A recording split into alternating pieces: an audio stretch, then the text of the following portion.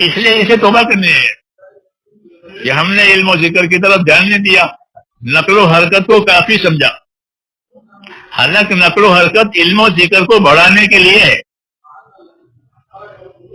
ہاں، نقل و حرکت تو الف با تا ہے، تو الف با تا پڑھ کے آگے بڑھنا ہے یا خالی الف با میں رہنا ہے؟ بولو۔ مولانا الیاس صاحب فرماتے تھے کہ ہمارے یہاں نقل و حرکت جو ہے وہ تو الف با تا ہے، کیونکہ نقل و حرکت سے جہالت دور نہیں ہوگی۔ بولو، 100 مائل پیدل چلو تو جہالت تو نہیں ہوگی، جیسے خالی چکی چلے تو پیٹ بھرے گا؟ پیٹ بھرے گا؟ نہیں بھرے گا۔ پیٹ کب بھرے گا؟ جب ادھر دانے ہو ادھر آٹا نکلے گا، کہ دانے اندر ڈالو اور چکی چلاؤ، آٹا آپ یا باہر آئے گا، چاروں طرف گرے گا۔ ہاں، اور آٹا نہیں ہے تو چکی چلے گی اور خالی ہوگا، پیٹ تو بھوکا رہے گا، کیونکہ چکی کو دانے نہیں ملے تو پیٹ کو آٹا نہیں ملا۔ تو ہماری دعوت میں حرکت بھی ہے علم و ذکر کے ساتھ۔ سمجھ میں آئی بات؟ ہماری دعوت میں حرکت ہے، پھرو، نکلو۔ تو نکلنے کے لیے نہیں ہے، بلکہ نکلنا جو ہے علم و ذکر کو حرکت دینے کے لیے ہے۔ ہاں، اس لیے نقل و حرکت رکھی کہ علم لیتے بھی رہو، علم دیتے بھی رہو۔ کہ علم کس سے لو گے؟ کہ جن کے پاس ہے اس سے علم لو، اور جن کے پاس نہیں ہے اس کو علم دو۔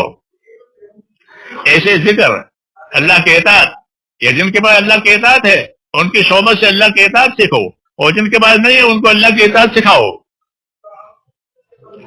ہاں، تو اصل یہ بڑی چیز ہمارے پاس علم و ذکر اور حرکت، کہ حرکت کے ساتھ علم بھی حرکت کرے، حرکت کے ساتھ ذکر بھی حرکت کرے۔ ذکر سے مراد اطاعت ہے، کہ زندگیوں میں اطاعت آوے اور زندگی میں صحیح علم آوے۔ جی ہاں، اس کے لیے نقل و حرکت تھی کہ جن کے پاس جاؤ، اگر ان کے پاس علم ہے تو ان سے علم لو، اور جن کے پاس نہیں ہے ان کو تو لین دین ہے دین کا، خالی حرکت نہیں ہے۔ ہاں، بلکہ لین دین ہے۔ جیسے چکی میں خالی حرکت نہیں ہوتی، بلکہ ادھر سے دانے لیے جاتے ہیں، ادھر آٹا دیا جاتا ہے۔ اسلام چکی سے مشابہت رکھتا ہے، اسلام اس کی مشابہت چکی سے ہے، چکی گھومتی ہے جو، ایسا اسلام گھومے گئے ہو۔ ہاں، دنیا میں بھی گئے ہو، لیکن یہ گھومنا خالی نہیں ہوگا، بلکہ اسلام اپنے علم و ذکر کے ساتھ گھومے گا، کہ لوگوں کو اسلام کی حرکت کی وجہ سے لوگوں کو علم ملے گا، لوگوں کو عمل ملے گا، اور عمل اور علم دونوں مل کر کے یہ اللہ کی اطاعت کرنے والے بنیں گے۔ چنانچہ نبیوں کی آمد اور نبیوں کی بعثت جو ہے وہ اطاعت کرانے کے لیے، تو وہ اطاعت کی طرح حکومت کریں گے ہمارے اوپر۔ یہ نبی حکومت نہیں کرتے، بلکہ نبی دعوت دیتے ہیں، نبی تعلیم دیتے ہیں، نبی تبلیغ کرتے ہیں کہ زندگیوں میں اطاعت آ جائے۔ ہاں، کہ اللہ کے حکموں کے ساتھ زندگی گزارنا آ جائے۔ جی ہاں، بندوں کے حقوق کی ادائیگی کے ساتھ زندگی گزارنا آ جائے، اپنے نفس کی خواہشوں کے خلاف چلنا آ جائے۔ یہ پہلو ہے کہ اللہ کے حکم وہ تو ہے ہی، پھر بندوں کے حقوق کہ وہ ہے ہی، اور تیسرے نمبر میں اپنا نفس۔ تو اپنے نفس کے تو خلاف کرو، اس کو مجاہدہ کہتے ہیں۔ جی ہاں، کیونکہ نفس جو ہے وہ اللہ کا دشمن ہے۔ ہاں، بڑے بڑے لوگ جو برباد ہوئے ہیں وہ اپنے نفس کی وجہ سے برباد ہوئے، شیطان اپنے نفس کی وجہ سے برباد ہوا۔ ہمارے ساتھی تھے مولوی محمد سلیمان، جو حضرت جی کے ساتھ اکثر رہتے تھے، تو انہوں نے حضرت جی پوچھا ایک دن کہ حضرت شیطان سب کو برباد کرتا ہے، تو شیطان کو کس نے برباد کیا؟ حضرت نے فرمایا اس کے نفس نے،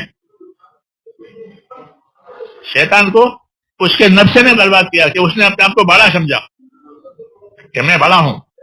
ہاں، اور بڑائی تو خالی اللہ کے لیے، اور کسی کے لیے بڑائی ہے نہیں۔ بڑائی کس کے لیے ہے؟ اللہ کے لیے۔ اللہ اکبر، اللہ بڑا ہے۔ ہاں، اور بڑائی اللہ کے لیے ہے۔ ہاں، اس میں کوئی دخل نہ دے۔ ہاں، اللہ کی بڑائی میں اس نے کہا میں بڑا ہوں، میرے پاس بڑائی ہے۔ ہاں، تو یہ اس کے نفس کی طرف سے تھا کہ اس نے اپنے آپ کو بڑا سمجھا، کہ ہاں اس کی وجہ سے یہ مردود ہوا۔ اس لیے نبیوں نے اس کے مقابلے میں بندہ بن کر کے زندگی گزارنے کی دعوت دی ہے کہ بندہ بن کر کے زندگی گزارو.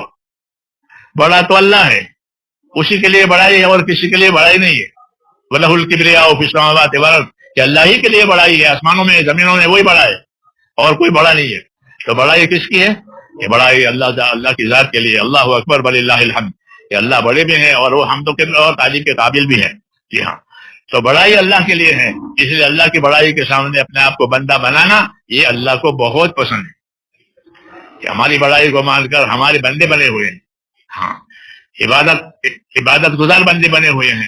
کہ یہ بات اللہ تعالیٰ کو بہت پسند ہے کہ اللہ کی بڑائی کو بھی مانتے ہیں اور اپنی زندگی کو عبادت والی بناتے ہیں.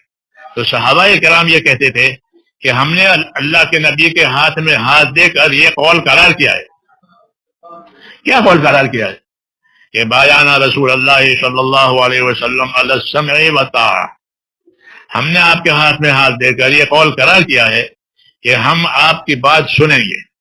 یہ پہلا کام ہے کہ سنیں. دوسرا کام کہ آپ کی اس بات سنیں گے اور آپ کی بات مانیں گے، اس کے خلاف نہیں کریں گے. آپ کی بات سنیں گے، آپ کی بات مانیں گے. یہ تو ہو گیا کہ کس حال میں؟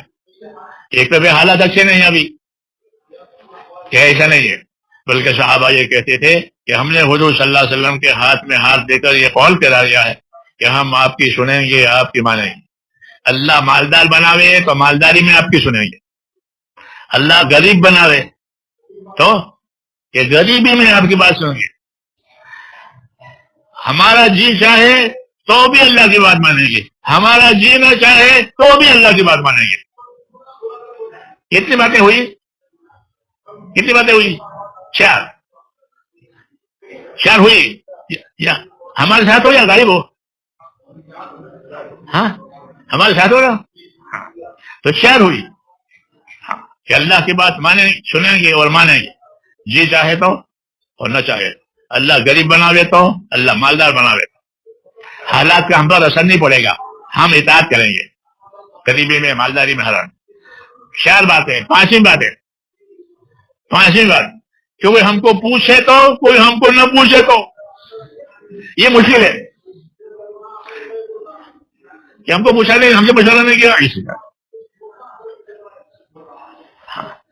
تو یہ بھی نکال دیا، کانٹا بھی نکال دیا کہ ہم سے تو نہیں پوچھا، ہم سے کوئی مشورہ نہیں کیا، خود کر لیتے وہ پوچھتے نہیں ہو.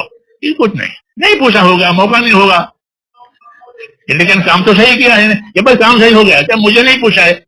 اسے مجھ اور پوچھ یہ بات کچھ نہیں.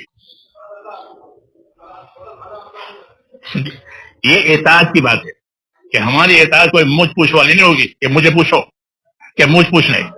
ہم تو بندے ہیں. ہم کون ہیں؟ اللہ کے بندے ہیں، اس کے نبی کے امتی ہیں. اس لیے اللہ نے ہم کو حکم دیا ہے کہ نبی کی پیروی کرو. اور نبی کی پیروی کا مطلب یہ نہیں ہے کہ نبی کی عبادت کرے، بلکہ نبی کی اطاعت کرو. عبادت تو اللہ کی ہوگی، اللہ کے سوا کوئی معبود نہیں ہے.